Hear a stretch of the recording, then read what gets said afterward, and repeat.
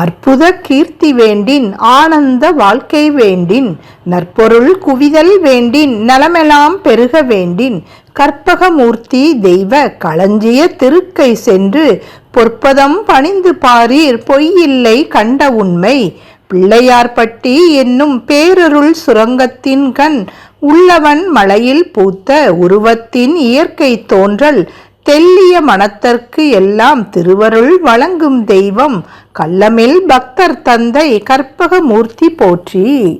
இந்த பாடல் கவியரசர் கண்ணதாசன் அவர்கள் இயற்றியது.